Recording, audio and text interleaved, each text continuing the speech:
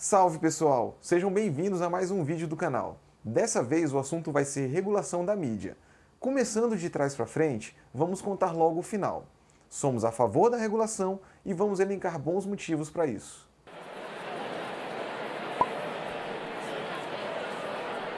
Regulação da mídia é o governo usar instrumentos legais para determinar quais são os direitos e deveres referentes à liberdade de imprensa no seu território. Antes de avançar, é importante entender os motivos que levam o Estado a realizar algum tipo de regulação.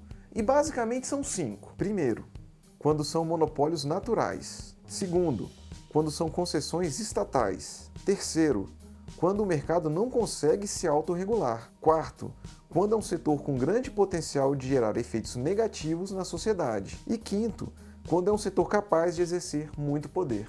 E olhando o nosso atual modelo comercial, não é difícil encontrar uma ou mais dessas características nos diversos setores existentes. No caso da mídia, é bastante comum existir regulações sobre ela nos países democráticos, como Canadá, França, Reino Unido, Portugal e Alemanha. Os 5 países mais bem colocados no ranking de liberdade de imprensa feito pelo Repórter Sem Fronteiras, Finlândia, Noruega, Dinamarca, Holanda e Suécia, também possuem órgãos reguladores. Até o país que é usado como modelo pelos nossos liberais regula sua mídia. Nos anos 30, com o presidente Roosevelt, foi criada a Federal Communications Commission, entre outras. Aliás, a primeira agência reguladora conhecida foi fundada nos Estados Unidos, chamada de Interstate Commerce Commission. Esses dados já ajudam a demonstrar que regulação não é a mesma coisa que censura. Mesmo assim, vamos deixar mais clara a diferença entre elas. A censura é uma ferramenta utilizada por regimes de exceção para proteger os interesses do grupo dominante. Tipo boicotar filmes premiados no mundo todo por não gostar do personagem. Ou seja, a censura não é utilizada para a promoção dos direitos humanos.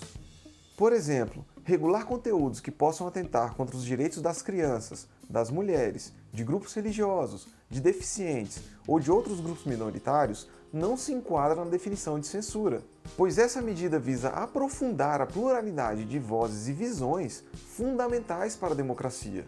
Então já podemos parar de associar a regulação da mídia com autoritarismo, censura ou menos liberdade para os veículos de comunicação. Na verdade, é exatamente o contrário.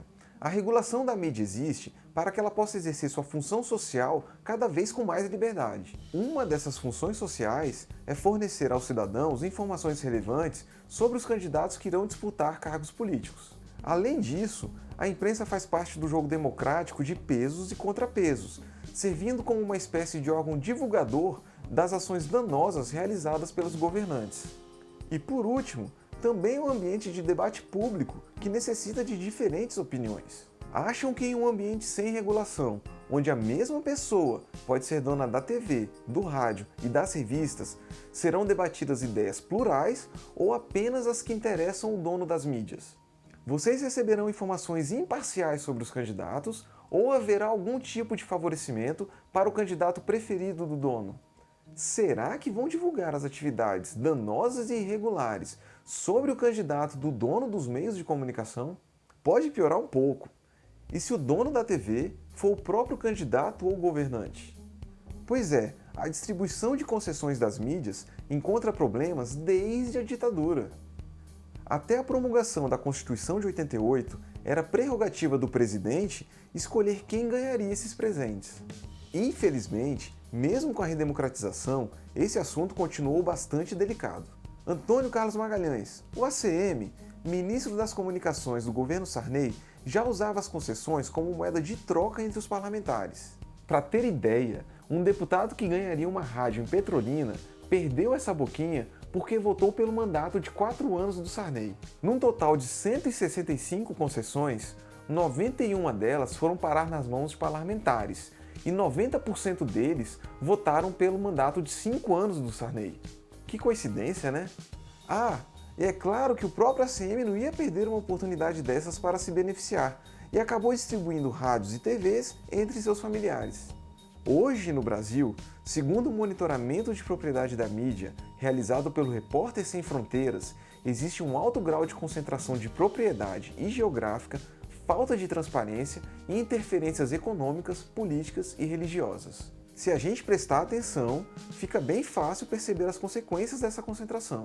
Usando o tema da reforma da Previdência, pesquisa da Intervozes mostra que nos 3 principais jornais brasileiros, entre 1º de janeiro e 30 de junho, 64% dos especialistas entrevistados eram favoráveis à reforma, enquanto 8,5% eram parcialmente favoráveis, 8,5% eram não identificáveis e apenas 19% eram totalmente contrários. Ah, e quem apresentou argumento criticando a reforma geralmente limitava-se à não inclusão dos militares. Além disso, foram 267 editoriais explicando a necessidade e urgência dessa reforma.